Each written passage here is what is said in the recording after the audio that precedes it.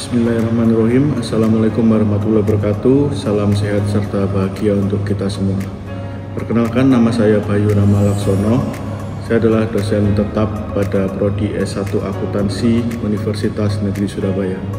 Dan saat ini saya sedang mengikuti seleksi untuk sertifikasi dosen yang diselenggarakan oleh Kemendikti-Saintek pada tahun 2025. Lalu izinkan saya untuk melakukan pernyataan diri dalam unjuk kerja Tridharma Perguruan Tinggi atau PDD UKTPT pada bidang pengajaran. Lalu untuk RPS yang akan saya jelaskan atau yang akan saya sampaikan adalah RPS pada mata kuliah akuntansi biaya. Akuntansi biaya sendiri diselenggarakan pada semester 3 dengan jumlah SKS adalah 2 SKS. Untuk model pembelajarannya sendiri, untuk akuntansi biaya ini menggunakan model pembelajaran case study. Dan untuk CPL atau capaian pembelajaran pada mata kuliah akuntansi biaya ada 3, yaitu CPL 1. Yang pertama, mampu menunjukkan nilai-nilai agama, kebangsaan, dan budaya nasional serta etika akademik dalam melaksanakan tugasnya. Lalu ada CPL 3. CPL 3 mengembangkan pemikiran logis, kritis, sistematis, dan kreatif dalam melakukan pekerjaan yang spesifik di bidang keahliannya, serta sesuai dengan standar kompetensi kerja bidang yang bersangkutan. Lalu ada CPL 7, yaitu mampu menyusun, menyajikan, dan mengevaluasi laporan akuntansi biaya dan juga akuntansi manajemen sesuai dengan kode etik profesi. Lalu ada capaian pembelajaran mata kuliah atau CPMK. Di sini ada 3. CPMK 1 yaitu mampu menunjukkan nilai-nilai etika akademik dalam melaksanakan tugas di bidang akuntansi biaya. Lalu CPMK 2 mengembangkan pemikiran logis, kritis, sistematif, dan juga kreatif dalam melakukan pekerjaan yang spesifik di bidang keahliannya serta sesuai dengan standar kompetensi kerja bidang yang bersangkutan. CPMK 3 yaitu mampu menyusun, menyajikan, dan mengevaluasi laporan akuntansi biaya, akuntansi manajemen sesuai kode etik profesi dengan dukungan teknologi informasi. Untuk referensi atau pustaka untuk akuntansi biaya di sini ada 6, yaitu yang pertama Sriken Datar dan juga Medef Rajan. Buku tersebut diterbitkan pada tahun 2017 dengan judul Managerial Emphasis. Lalu yang kedua Purwaji et al. Tahun 2018 dengan judul buku akuntansi biaya. Yang ketiga ada Accounting 13 Edition. Lalu yang keempat ada Hongren et al. Tahun 2015 dengan judul buku Cost Accounting Managerial Emphasis. Lalu yang kelima ada Mulyadi tahun 2018 dengan judul buku akuntansi biaya. Lalu yang keenam ada Laksono et al. Tahun 2024 dengan judul buku akuntansi biaya. Lalu untuk materi yang ada pada mata kuliah akuntansi biaya ini mencakup beberapa materi. Yang pertama ada konsep biaya dan akuntansi biaya. Yang kedua menyusun laporan keuangan manufaktur.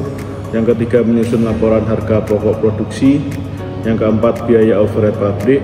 Yang kelima konsep departementalisasi. Yang keenam ada harga pokok proses. Yang ketujuh laporan biaya produksi per departemen. Dan yang kedelapan harga pokok pesanan. Lalu yang kesembilan ada biaya mutu.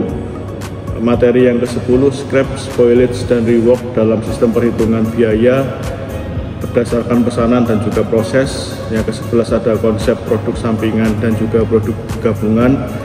12 pelaporan produk sampingan dan produk gabungan. Materi ke-13 adalah Activity Based Costing atau ABC, dan yang keempat, yang terakhir ada Time Driven Activity Based Costing atau TDABC. Lalu untuk kriteria penilaian sendiri pada mata kuliah akuntansi biaya di sini untuk keaktifan dan partisipasi di situ persentasenya adalah 50%. Lalu yang kedua penilaian portofolio persentasenya 10%. Dan yang ketiga praktik atau unjuk kerja persentasenya 10%, dan juga yang terakhir ada tes persentasenya 30%. Jadi total keseluruhan adalah 100%. Itu tadi sekilas informasi terkait RPS pada mata kuliah akuntansi biaya. Untuk proses belajar mengajarnya bisa kita saksikan bersama pada video berikut. Terima kasih. Oke, Assalamualaikum warahmatullahi wabarakatuh. Waalaikumsalam warahmatullahi wabarakatuh. pagi, salam sehat serta bahagia untuk kita semua. Oke, hari ini kita ketemu di mata kuliah akuntansi biaya, dan hari ini saya akan menyampaikan terkait konsep biaya dan juga apa itu akuntansi biaya.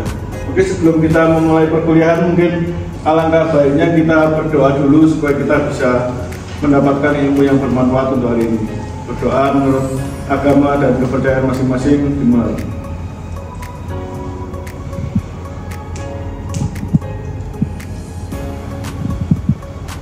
Oke, doa selesai. Oke, sebelumnya di sini apakah sudah ada yang tahu apa itu biaya? Pasti sudah nggak asing ya dengan kata biaya. Tapi kadang kita hanya tahu ini ya, kita nggak asing dengan katanya, tapi kita nggak tahu makna dari biaya itu apa. Ada yang tahu apa sih biaya itu? Saya, Pak. Ya, silakan. Ya, kalau biaya menurut sepemahaman saya merupakan uang yang kita keluarkan untuk memperoleh sesuatu gitu, Pak. Oke, betul. Dan lagi mungkin yang tahu apa itu biaya, yang lain sepemahaman kalian pasti juga tahu kan biaya. Biaya itu apa ya?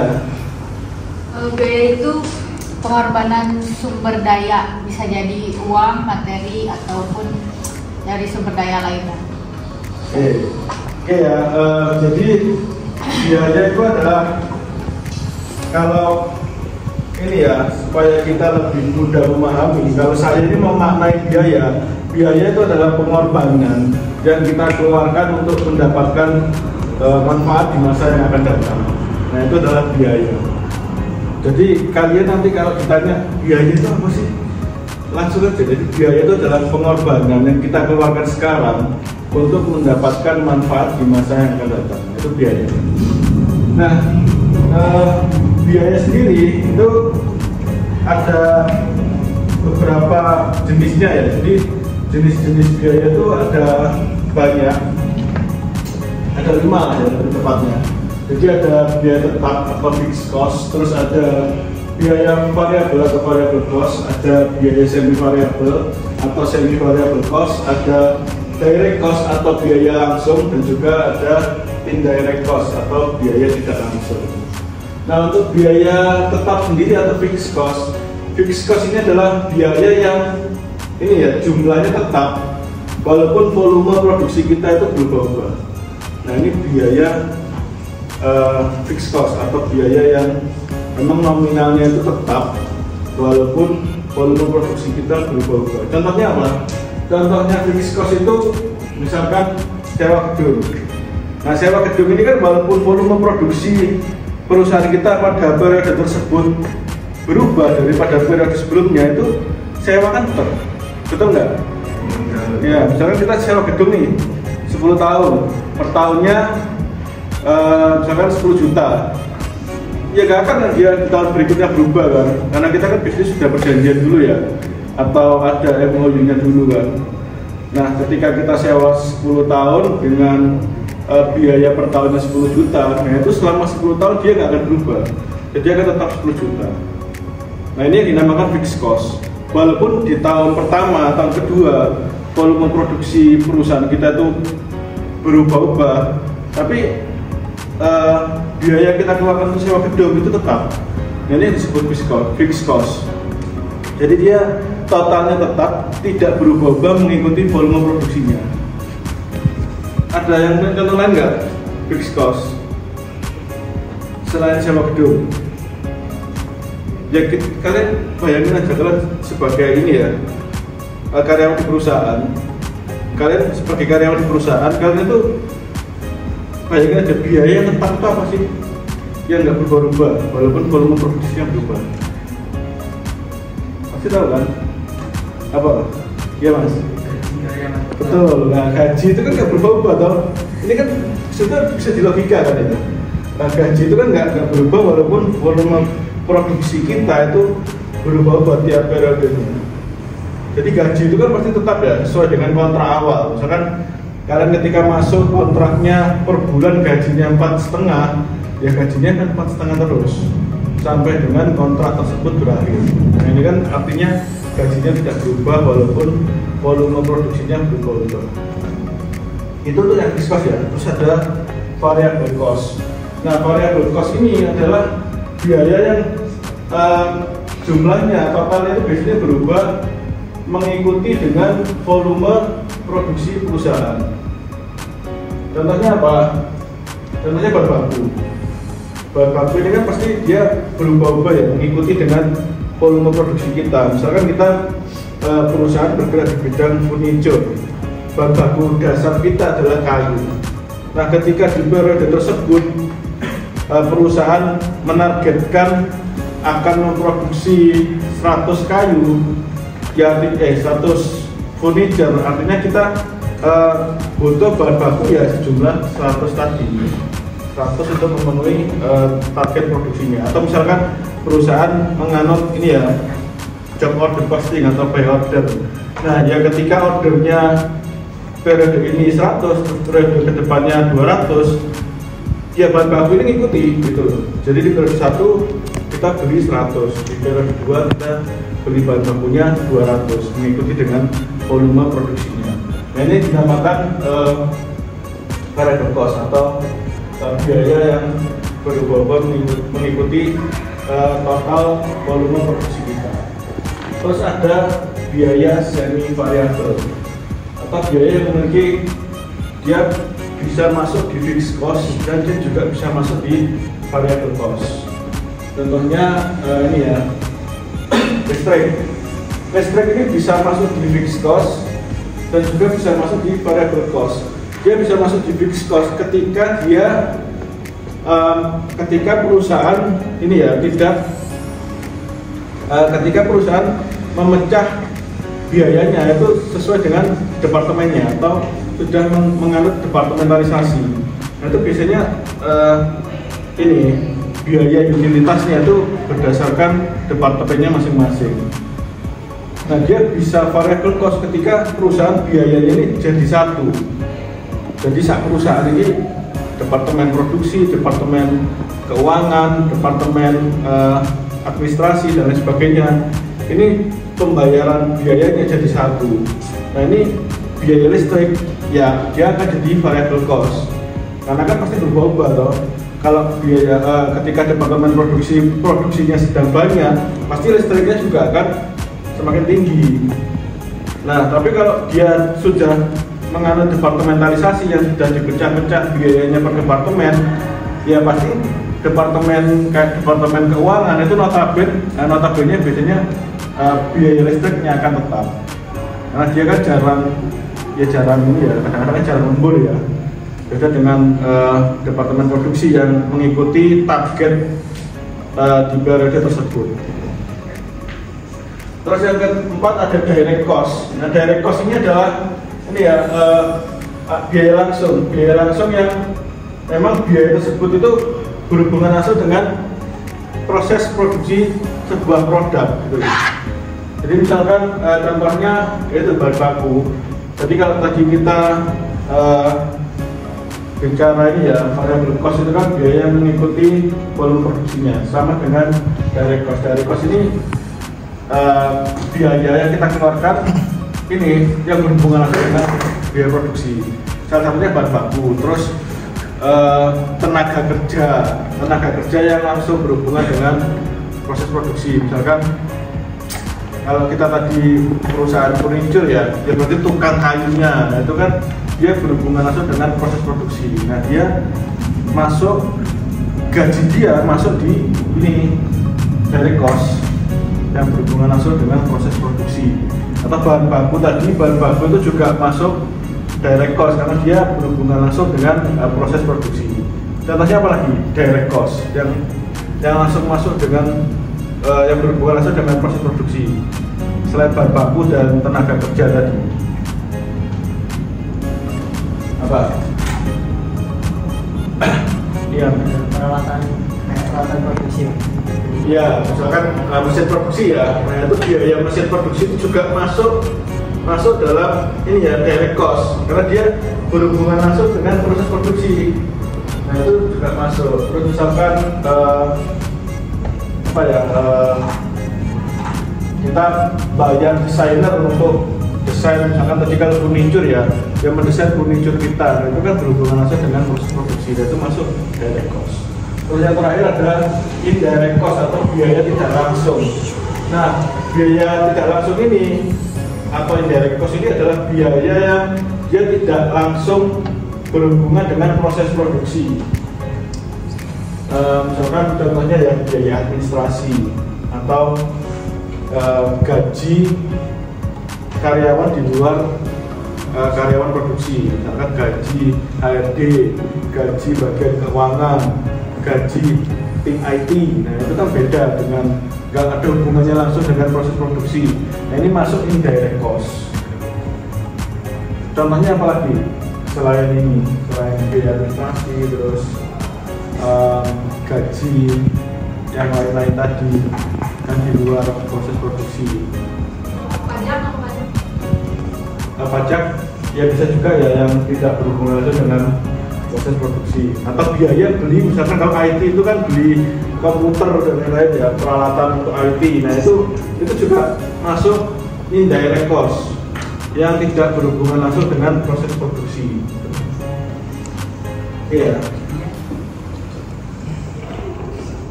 Terus ini ada klasifikasi biaya ya. Ini mungkin terakhir aja ya. Ini klasifikasi biaya ini ada tiga itu diklasifikasikan menjadi 3 jenis ya.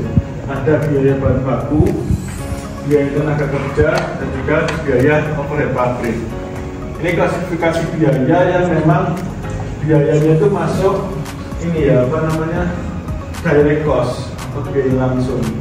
Ini ada biaya bahan baku, tenaga kerja, dan biaya overhead pabrik. Nah, biaya bahan baku itu ya biaya untuk beli bahan baku. Kalau biaya tenaga kerja ya gaji tenaga kerjanya. Kalau biaya overhead pabrik ini biasanya ini ya biaya yang disiapkan untuk ketika terjadi force majeure, atau biaya-biaya yang disiapkan ketika memang untuk ini ya biaya cadangan gitu. Misalkan untuk bayar ini ya listrik, ketika perusahaan lembur mereka sudah menganggarkan, misalkan di listrik itu sebulan dianggarkan misalkan 5 juta ya di departemen produksi. Terus ketika ada orderan banyak, sering lembur dan listriknya naik, nah ini kan nggak mungkin ya kalau mau ngambil dari dana tenaga kerja nggak mungkin, ngambil dari tenaga bahan baku juga nggak mungkin, berarti diambilkannya dari biaya overhead. Jadi seperti itu. Terus untuk pemeliharaan dan maintenance itu biasanya ngambilnya juga dari biaya overhead pabrik. Terus pada ini ya, di akuntansi biaya itu kita juga akan membahas materi berkaitan dengan penentuan harga pokok. Nah, harga pokok itu ada dua, ada harga pokok produksi dan juga harga pokok penjualan.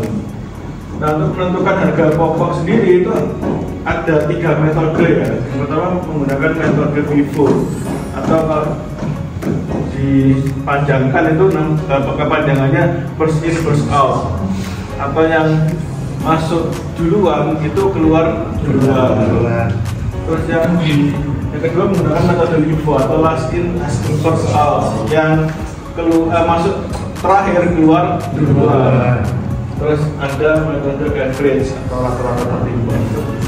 Ya, jadi untuk menghitung harga pokok produksi dan juga harga pokok penjualan itu bisa menggunakan 3 metode ini, metode FIFO dan juga metode average.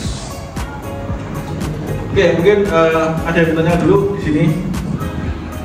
Dari semua tadi, mulai dari klasifikasi biaya terus sampai dengan harga pokok. Biasanya Iya Pak, di situ kan sudah dijelaskan tentang metode penentuan harga pokok, itu ada FIFO, LIFO, dan juga average.